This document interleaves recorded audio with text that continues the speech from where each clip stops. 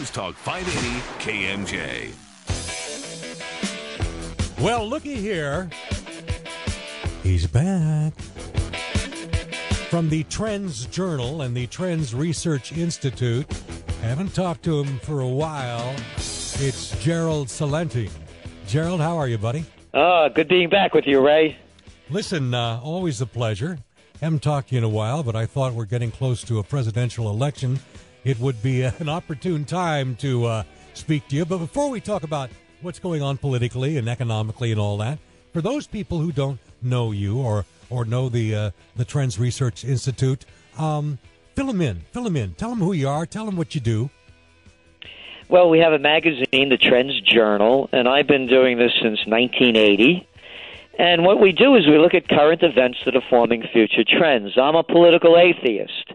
I look at information for the way it is, not the way I want it to be. I don't hold on to belief systems. But most importantly, in the work that we do, is we make connections between different fields. So, for example, you mentioned economics, politics. People tend to look at those as separate fields. And so an economist will only look at a basket of statistics, that kind of data, business data, et cetera. We look at over 300 different field categories, be it environment, consumer, education, healthcare, throughout the gamut, and we look globally, always making connections. So I guess my first big forecast that put me on the trends map was back in 1987 when I predicted the 1987 stock market crash. And then in very many different areas, and I have a number of books out, of course, Trend Tracking, Trends 2000. I came up in 1990 about the whole gourmet coffee trend. In the 80s, I started talking about organics and buying local. And to even coin the term clean food, to going to the extent of looking that the Soviet Union would break down. So it runs the whole gamut. That's a big gamut you just went through.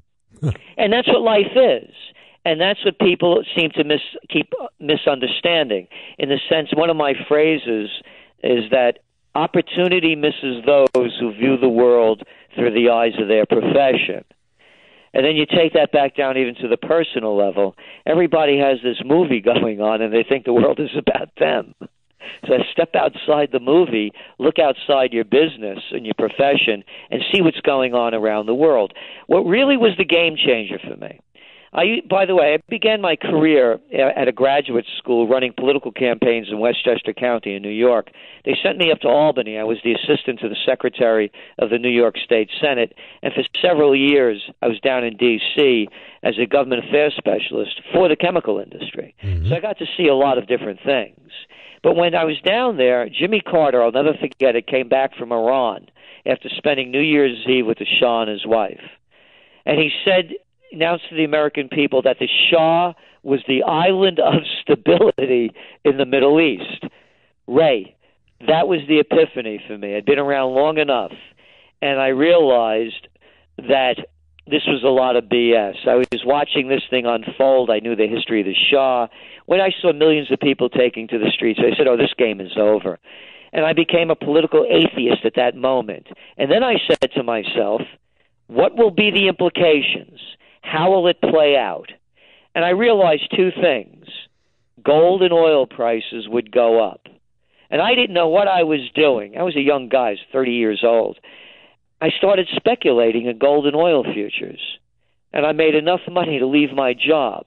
And that's when I began the Trends Research Institute. It's pretty cool. Very cool. Well, if I were to speculate on the next 4 years, it probably wouldn't look anything like your speculation for the next 4 years. What are you coming up with on the next 4 years? We're very concerned about a world war. Oh, really? And I don't say that lightly. How they say history repeats itself. Yeah. History's repeating itself. The crash of 1929, the Great Depression, currency wars, trade wars, World War. The Panic of '08, the Great Depression. There's a depression going on. In this country, depending on whose numbers you're looking at, there's a site to go to. And the motto of the TrendsJournal, taught to me by my dear father, may his soul rest in peace. He always told me anytime I'd be repeating something that everybody else was saying, he'd say to me in Italian, "Pappagallo, parrot, stop repeating what everyone else is saying and think for yourself." So what I'm saying is this is the way I see it, and I always encourage people, think for yourself. And what we're looking at, again, there's a website called John Williams Shadow Stats. You look at his numbers, he's looking at unemployment in the United States ranging from anywhere between 16 and 22%. But go beyond the United States. There's a depression in Spain, a depression in Greece, a depression in Portugal, depression in Ireland, depression throughout a lot of Eastern Europe. So the Great Depression, and then it was followed by currency wars. There's a currency war going on. All of this lowering of interest rates, record low interest rates, is devaluing the currency so the exporters can export more product. Now you hear from Brazil, from Guido Mantega, their finance minister, yelling, there's a currency war going on. China's devaluing. The United States, Europe, they're all debasing their currencies so they can export more. Trade wars. Listen to the presidential reality show. Romney and Obama now are talking trade wars with China, and Obama's bragging about how tough they're getting on them. After that, it's world war. Is there a world war? It's going on now. Go around the world. There's a war in Yemen, a war in Bahrain. There's a war heating up in Kuwait as we speak. Tens of thousands of people are taking to the streets. There's a war in Libya. There's a war in Syria. Oh, now Syria and Turkey are going at it. Whoops, now it's seeped into Lebanon.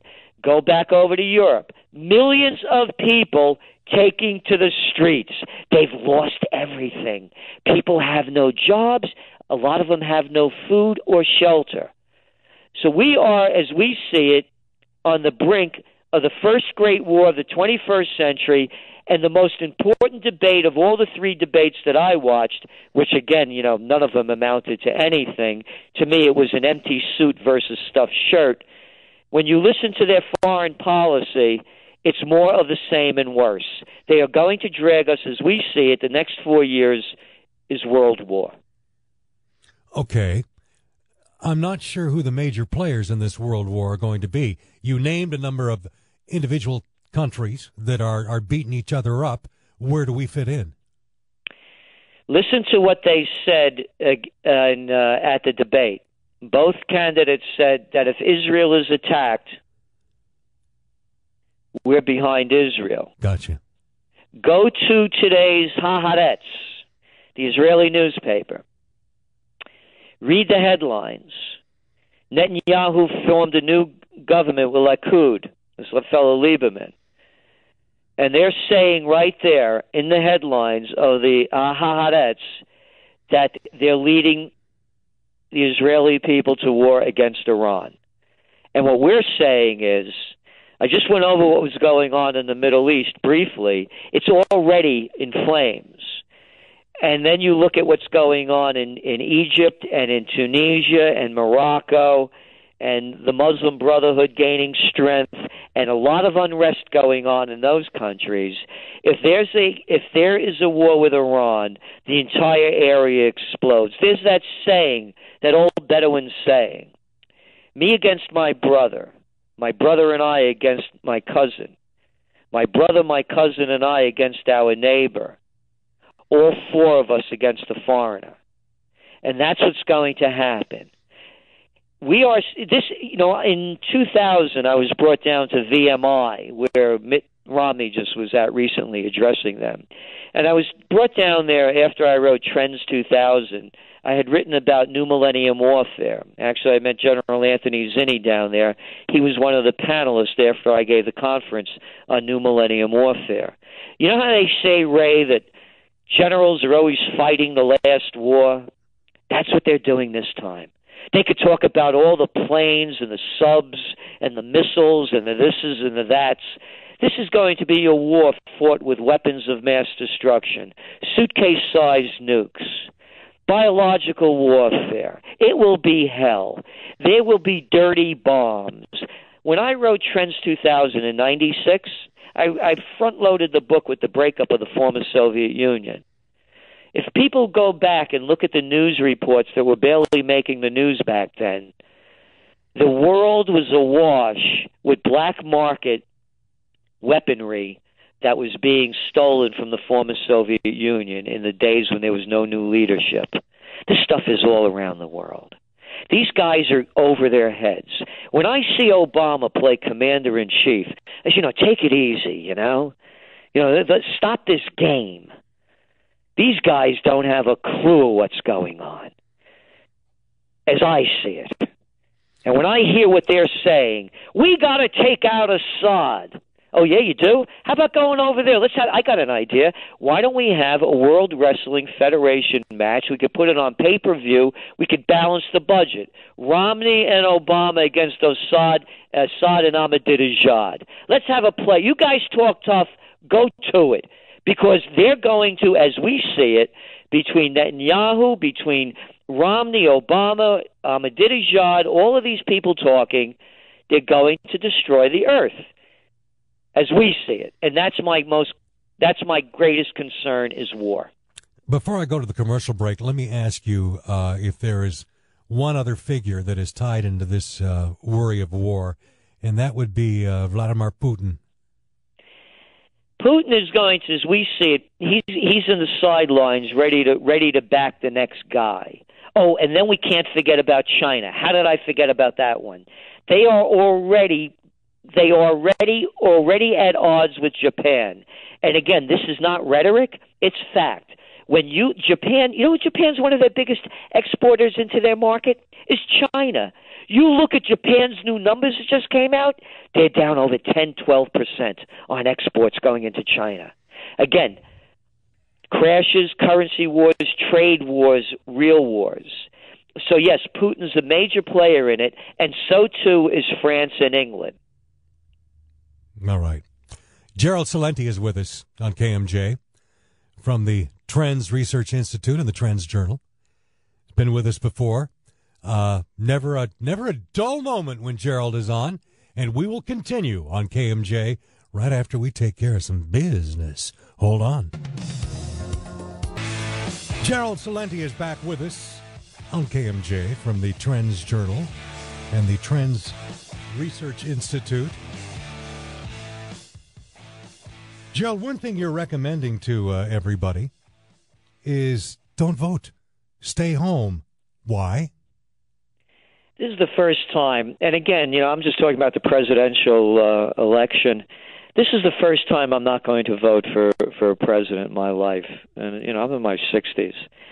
And I will not vote for a lesser of two evils. As I mentioned, I'm a political atheist. I don't believe in political religions. I don't bow to political gods. And the God I believe in, would call it a sin if I voted for an evil, be it lesser or greater. People say, if you don't vote, you get what you deserve. If I vote for one of these two guys, I know what I'll get, and I don't deserve it. I don't want it. I'm not going to be a part of this anymore. If these are the best two men America has to offer, boy, oh boy, you don't have to be a trend forecaster to see what the future will hold.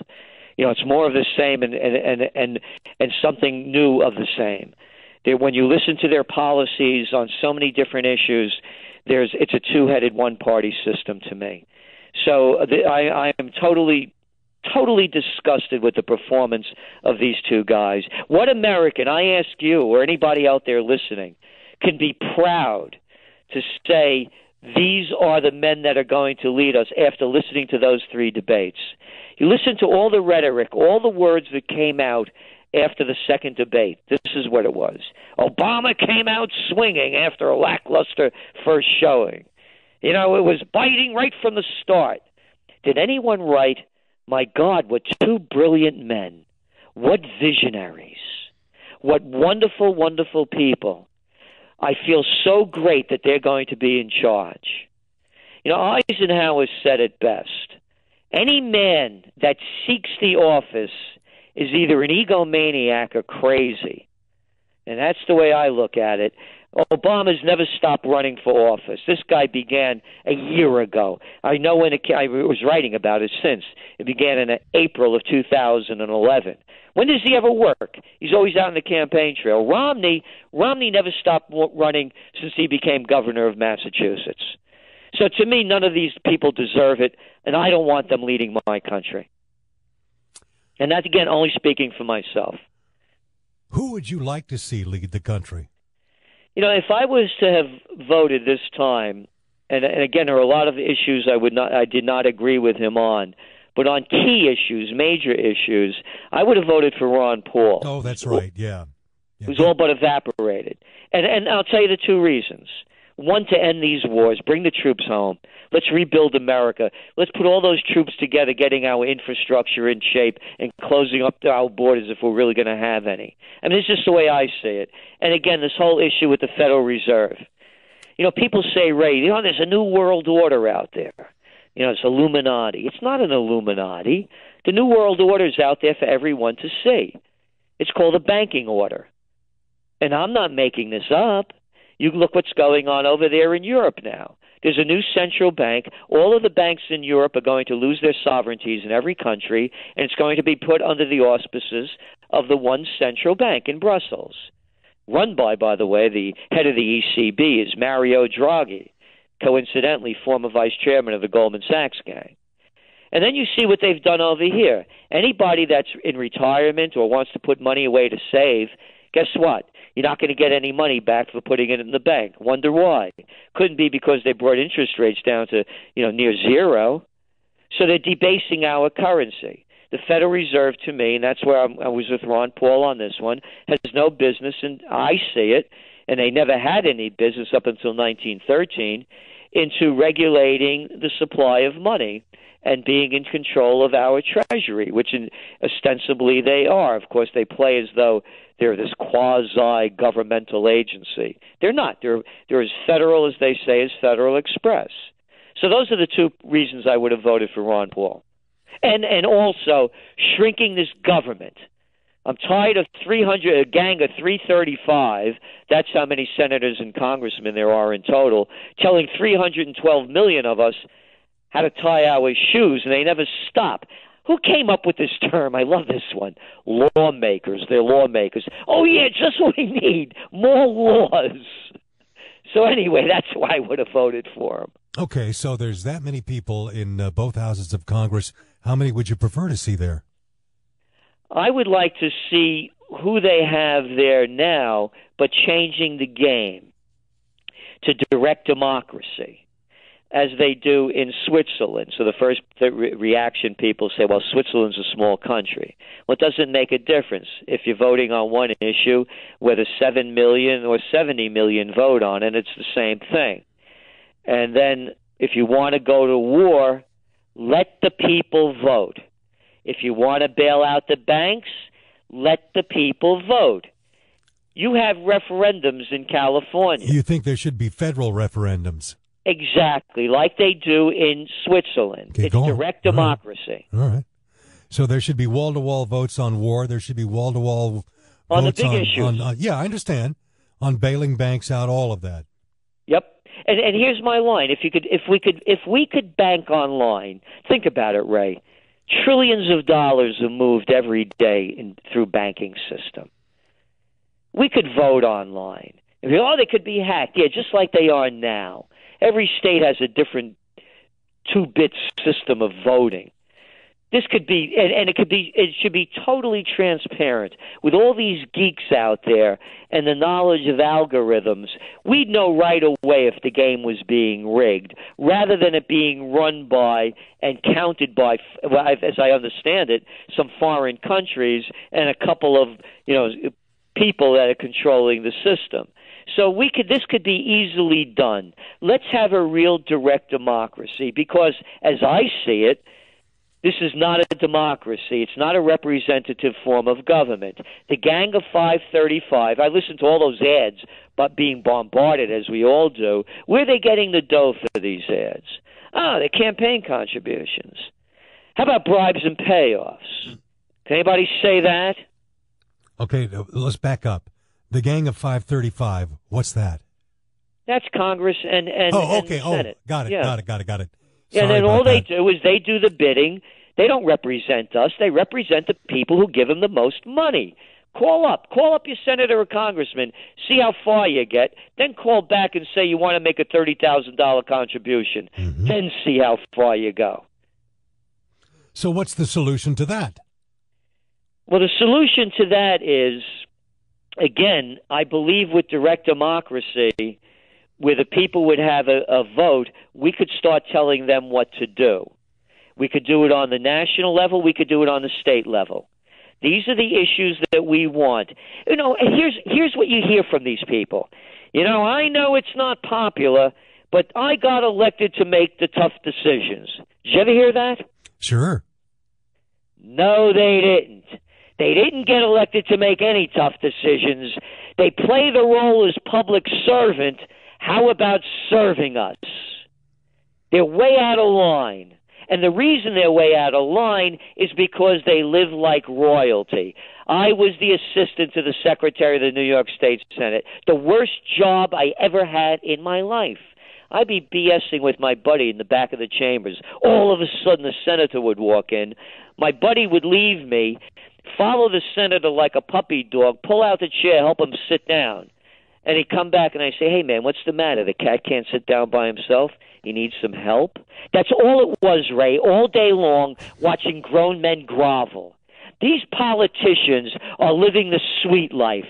They think who they are. Public servants, I have a couple of toilets to be cleaned. Suitable job. Yep. All right. Sometime back, you were advocating that we should be growing our own food.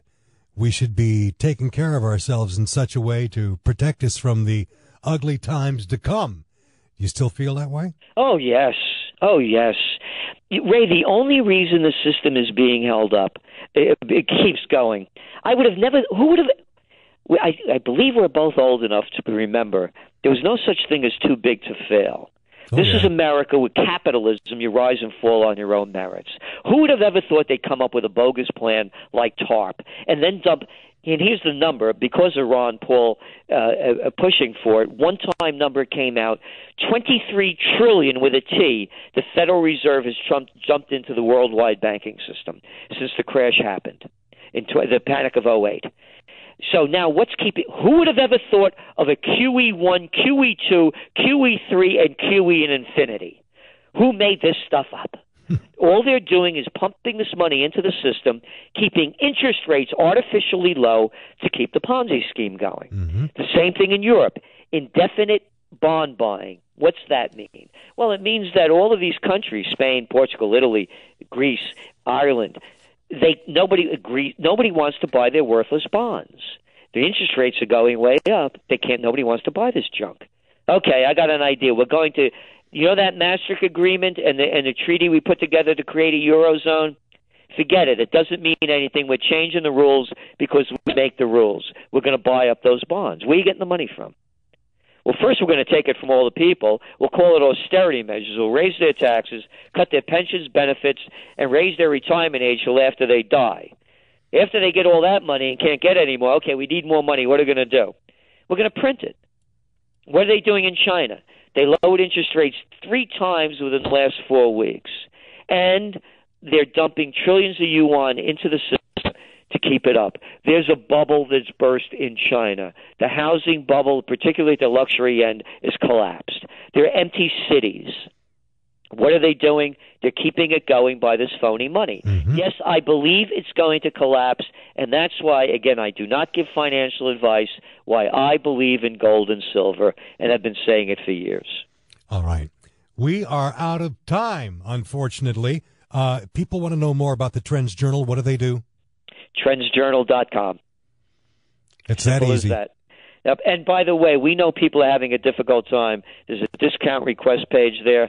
We try to make it available to everyone. It's not expensive to begin with. It's only $99 a year. But we know a lot of people are out of work and on their backs. So it's there to help people prepare them for the future, so you could have an idea of what's going on and make plans in anticipation of what may happen. All right, TrendsJournal.com. Gerald, thanks for joining us. Hey, thanks for having me back, Ray. I appreciate it. My pleasure. We'll talk to you soon. Gerald Celente on KMJ.